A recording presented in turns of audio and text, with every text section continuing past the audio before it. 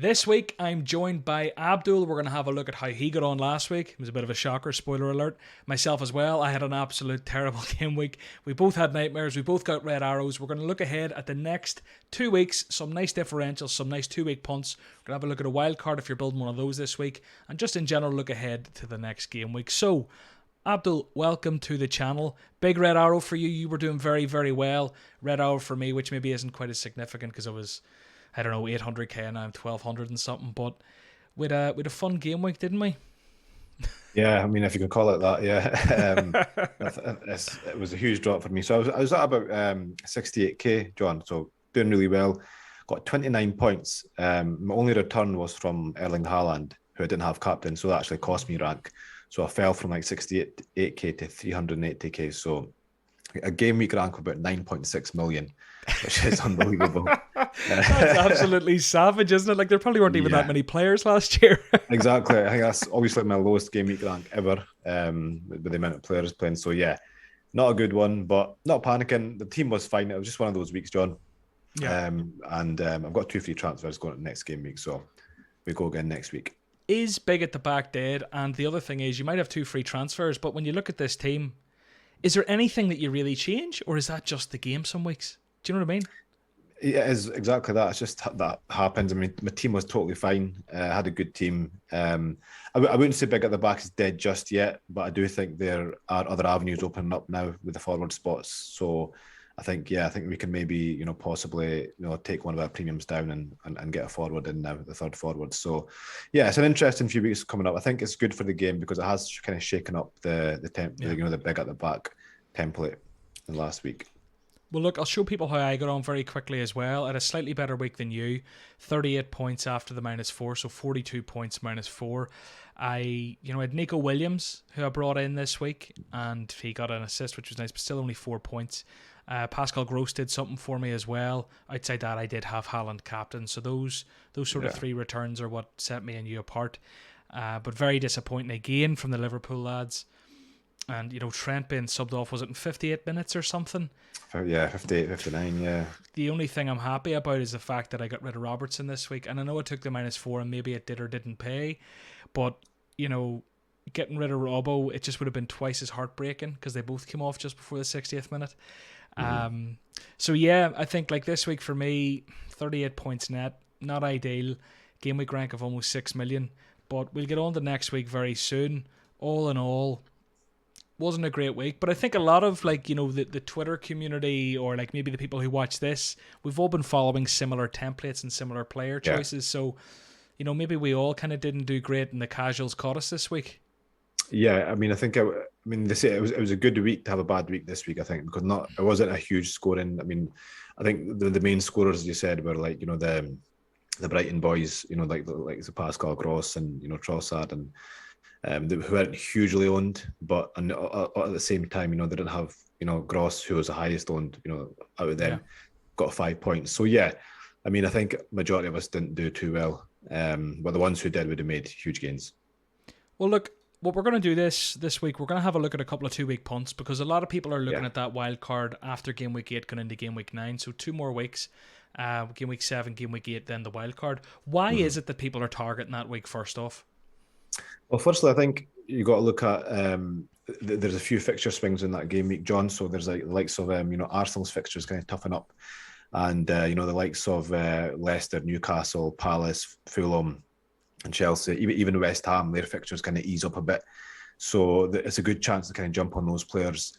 And at the same time as well, John, I mean, we've only got from now until game week 16 to use our wild card. So you need to make the most use of it.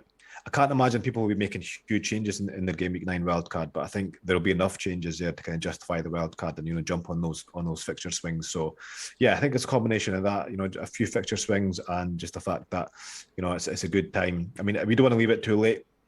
You don't want to use it like 2 or 3 game weeks before game week 16, because obviously after that the World Cup break, and then we've got unlimited transfers anyway. So I think now is a good time to kind of take advantage of that 6-7 game week stretch. Absolutely. And we're going to get into a wild card if we were going to play it this week because a lot of people are getting itchy feet and maybe can't hold it for another couple of weeks. But let's say people are going to save the wild card till after that game week 8 and they want to, spend those transfers, make a few changes, and look for just the 2 weeks ahead. There's obviously some people with brilliant fixtures for 2 weeks that you might want on your wild card. So who have you got in mind for 2-week punts? Okay, so the first pick I've got, John, is Marcus Rashford. So I think he's going to be a popular pick, for the next few weeks anyway. But he's got 3 goals and 2 assists now this season with an XG of 2.07 and an XA of 1.46. So he's always been a player who's got goal and assist threat. So, and Man United have started playing really well. Ten Hag's starting to get a tune out of them. They're clear. I mean, watching them play, they're clearly a totally different side. The last few seasons, playing different football, attractive football, counter attack, which obviously suits Rashford. Whether he's playing centre forward or on the left wing. And the next 2 fixtures, Crystal Palace away and Leeds at home. Decent fixtures, and 6.5 million, John. So you're not gonna have to break the bank. So a great punt for the next 2 weeks, I think, before you hit that wild card. I've brought up a graphic on the screen there, the most transferred in this game week, and he tops it. Yeah. At time of recording, 503,562, which is a lot of people. It's a lot of people bringing in Rashford after that performance against Arsenal. So he tops the list. I know you're going to go into a few other names, but I'll give you a few of the top names here, Abdul. So we've Rashford, then we've Kieran Trippier, we have Tony, who was incredible at the weekend. Anthony, who's come into United. I think that's a ballsy pick, but obviously he got the goal in his debut, which is great to see. 7.5 million, so $1 million more than Rashford. Yeah. I think that's what makes me look at it and kind of go, user mad. Pascal Gross, McAllister looked incredible. A screamer of a goal of the month, potentially was chalked off. Was it a foul in the build-up or something? I didn't actually see why it was chalked off. I just seen it. And then he obviously scored another great goal after that.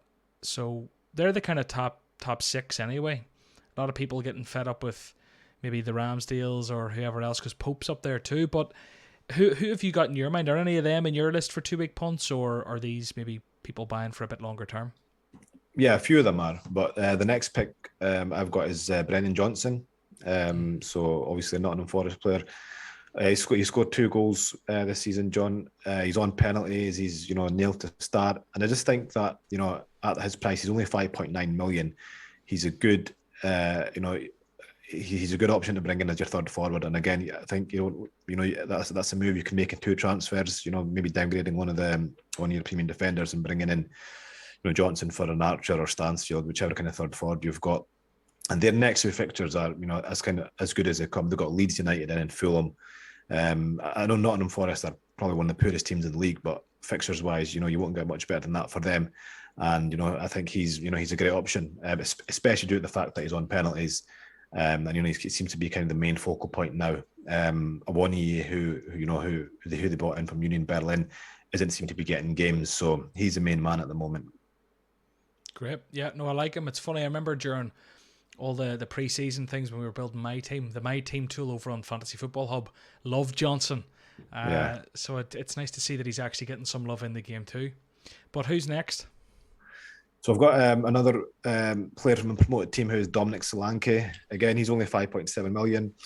Same as kind of Forest in terms of, they're not the greatest team, but, for his price, you can't really go much wrong. Again, he's, their main forward, should be on penalties.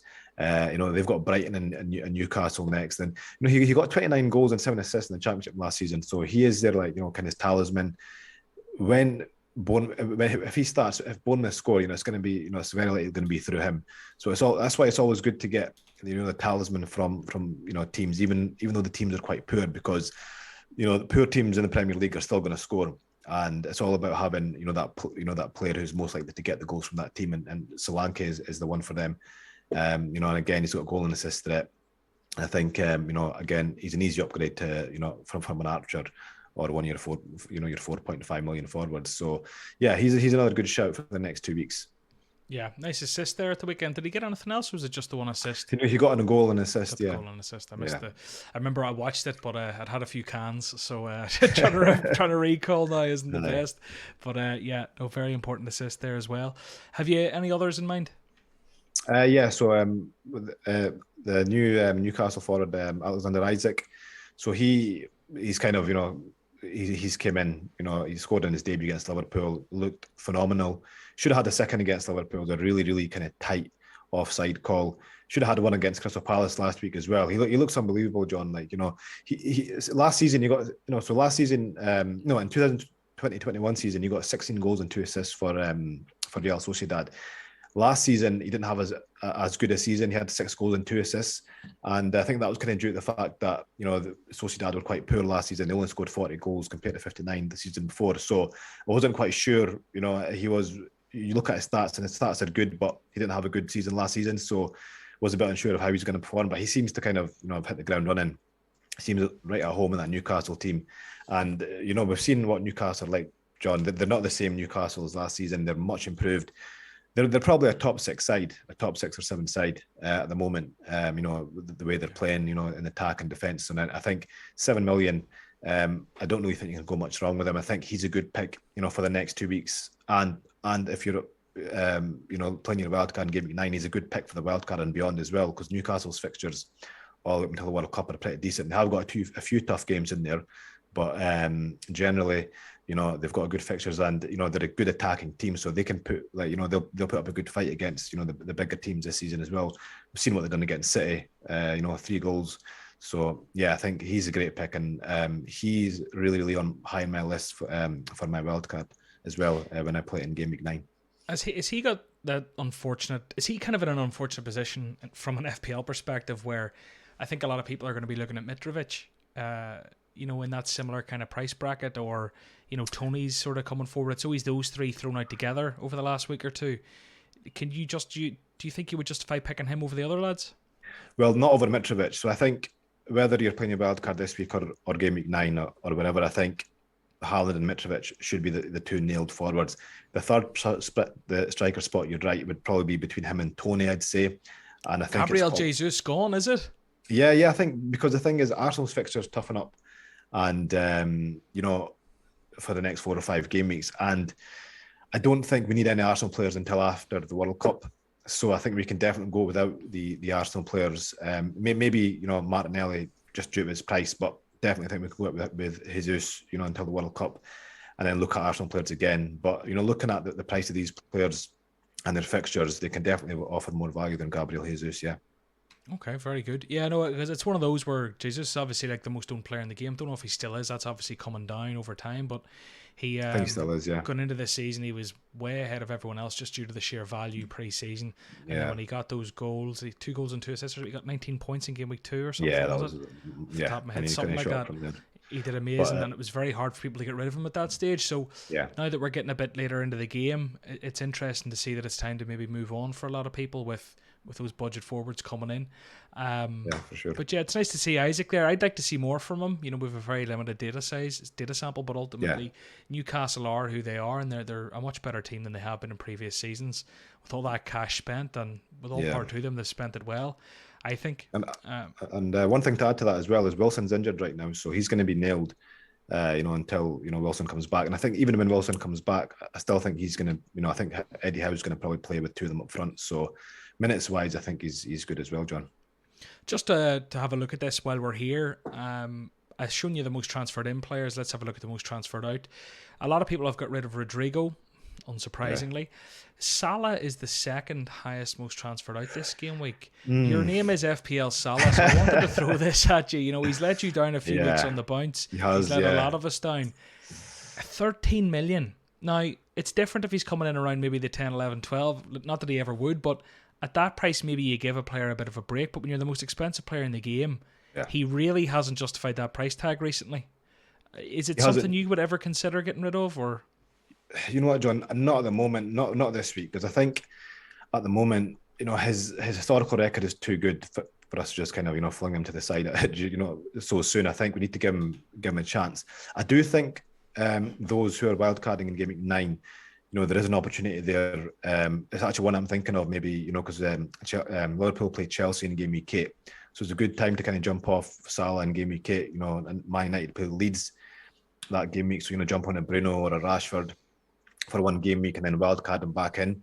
If you're on a wildcard now or in Game Week 9, I wouldn't recommend going without him, because I still think we need to give him a few, a lot more chances. I still think he'll come good because looking at his stats, John, they're still good. They're not as good as this time last season, but that could increase because Liverpool have been playing well. You'd imagine Liverpool are only gonna get better once their injury problems are resolved and they've got their main players back. So yeah, I wouldn't recommend getting rid of him on a wild card. I think you can take a wee punt on him for the next 2 weeks, maybe, but going forward, because once you've played your wild card, John, and you've got rid of him, you're locked out. So to get him back in, you're gonna probably have to maybe take a -4 or a -8, and it's risky. And I think we need to give him a few more weeks. I think to look at his kind of his goals and assists in the last 5 seasons, he's not suddenly become a bad player. Yeah, Liverpool haven't suddenly become a bad team. Yeah, just a few problems there maybe, but we'll have a look then. We've mentioned the wild card this week a few times. Spoiler alert, I accidentally popped it in the screen a little bit earlier, so any Hawkeyes who spotted it, well done. But this is the team you've built if you were wild carding this week. Yeah. And it doesn't have Jesus. That's kind of the one thing that jumps out to me straight off the bat. Fofana is also interesting, but talk to us about this team you've built. Yeah, so the problem with wildcard in this game week is the fact that Arsenal do have two good fixtures in Everton and Brentford, in the next 2 game weeks. But I think if you're building a wildcard, you kind of need to look, you'd probably have to forego them. And it's not like we've not got good options in those striker spots. As you can see there, I've got Haaland, Mitrovic, and Tony up front. Is the whole team up on the screen, by the way? Sorry. Yeah, I have them up. Yeah, so you've got them 3 up front, and Tony, as I said earlier, Tony can easily become Isaac, but I think them 3 forwards, and I think Mitrovic and Tony can match Jesus all up until the World Cup. They've got good fixtures. They're both 90-minute men, both on penalties, and both like talisman for their teams. So yeah, I mean, I wouldn't worry too much about not winning Jesus. With those 2. Up until the World Cup, and on top of that, you're probably not going to be captain Jesus, in that period as well. When you've got Salah and Haaland there. Yeah, I like it. And in defence, you're sticking with Trent, James, and Cancelo, who are 3 big hitters. Fofana comes in 4.4. That is a nice price, I suppose, to get into the Chelsea defence. Do you think they'll do a bit better now that he's there? Because they have been a bit. Disarray, and it also helps James because they've got him, Thiago Silva, and Koulibaly, 3 centre backs now, so Reece James doesn't have to drop in. Exactly. So James is going to play as a right wing back now, so I think he's he should be nailed in our teams. Fofana, he's 4.4 million. He's going to be playing in that back 3, as you just said, John. And there's not many opportunities where you get a 4.4 million defender for a top 4 team. And I think Chelsea are just that. I do think they will improve. Now they've got Fofana in there. They've got Koulibaly, Thiago Silva. That's a formidable defense right there. So I think they'll get better. I think they've had a poor start, but just like Liverpool, I think they're only going to kind of get better in the next few weeks. And the thing is with that as well, he rotates quite well with Dunk and Bailey, who I've got there as well. So Fofana, because he's at 4.4 million, there's no pressure to play him every week. He's a fantastic sub, so you might as well go for Fofana over a Nico Williams, who's only 0.2 less than him. So yeah, I think I'm happy with that back line. If I was wildcarding, that would probably be my back line. What I will say though, I've got Pope and Everson in goals, but you can easily go instead of Pope go Sanchez, and then instead of Dunk go Trippier. But I just kind of preferred that because I like Pope's he's got really high ceiling. He's got 2 double-digit hauls already.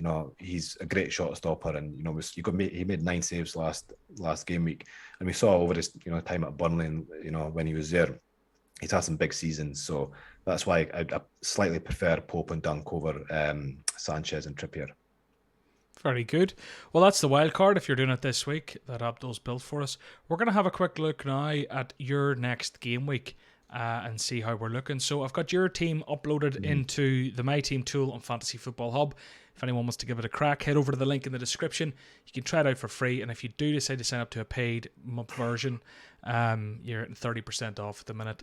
But this is the team you're rocking at the minute, Abdul. So, how many transfers have you in the bank? I've got 2 free transfers, John. 2, I think you told me that already. So you have 2 free transfers. Yeah. What are you looking to change here? Right, so a lot of this kind of depends on Champions League, the Champions League games, John. So basically, what I'm thinking is, I think Luis Diaz, it might be time for him to go, because if he gets a lot of minutes, in midweek, and with Diego Jota and Darwin Núñez back, his minutes are going to be kind of dramatically reduced. There's no even guarantee that he starts at the weekend. If he gets, depending on how many minutes he gets for Liverpool. So I'm thinking, maybe Diaz to Saka. Saka. Arsenal have got Everton at home and Brentford away. The next two games are good. I think Saka might well outscore Diaz. In the next few game weeks, and then possibly Ruben Diaz to Trippier, or another defender. Maybe someone like. I think for the time being, that Trippier is top of my list. But again, with Diaz, Ake's back fit now, so we need to see what kind of minutes he's going to be getting in the Champions League. He could, Pep could well play, John Stones and Ake at the weekend. So yeah, them two are the players that are kind of on the chopping block at the moment. And again, because I'm in that position where I'm pretty much committed myself to a Game Week 9 wildcard, so I know the next few game weeks I can, take a little risk, so I can get rid of the likes of Diaz and and Ruben Diaz, and possibly get them back in my wildcard. So there's not that pressure of getting rid of them and kind of leaving them there. I probably will look to bring these players back in a few game weeks. So that's where my head is at the moment. Obviously that might change then injuries and things like that, but I still think that the team is totally fine. I think the fixtures this week are good, and the players are good as well. So so I think that's only kind of at the moment, that's the only kind of two routes I'm seeing. The double Diaz ditching of game week. I don't know. I was going to try and make more things alliterate, but look, fair play. Good luck with what you decide. If people want to see what you end up deciding, they can find you on Twitter. Your handle's on the screen. And on Fantasy Football Hub, they'll get your team reveals, I believe. Sorry? They'll get your team reveal, your final team reveal on Hub. Yeah. So yeah, the final team will be revealed as usual on Fantasy Football Hub in my article. So probably on Thursday or Friday is when I usually make my transfers. So yeah, I'm quite excited about this week actually, because we've got the 2 weeks to kind of take take a few punts, and it has been quite I'd say quite boring up until now, because I've only made 2 transfers, John. Yeah. And one of those transfers was like, it was like the first transfer was actually Lewis Dunk, who I bought in, who scored an own goal. And then I bought in Reece James again, who got 1 point. So they're not been too good. So I'm looking forward to making a few risky moves. You've nearly burnt as many as you've made. Is that right? Yeah, I think I've burnt the same as I've made. So yeah, it's bizarre. yeah, strange start. But look, Abdul, thanks a million for your time. Subscribe to the channel, guys, for more of this. And like the video before you leave. We'll see you again soon. Bye-bye.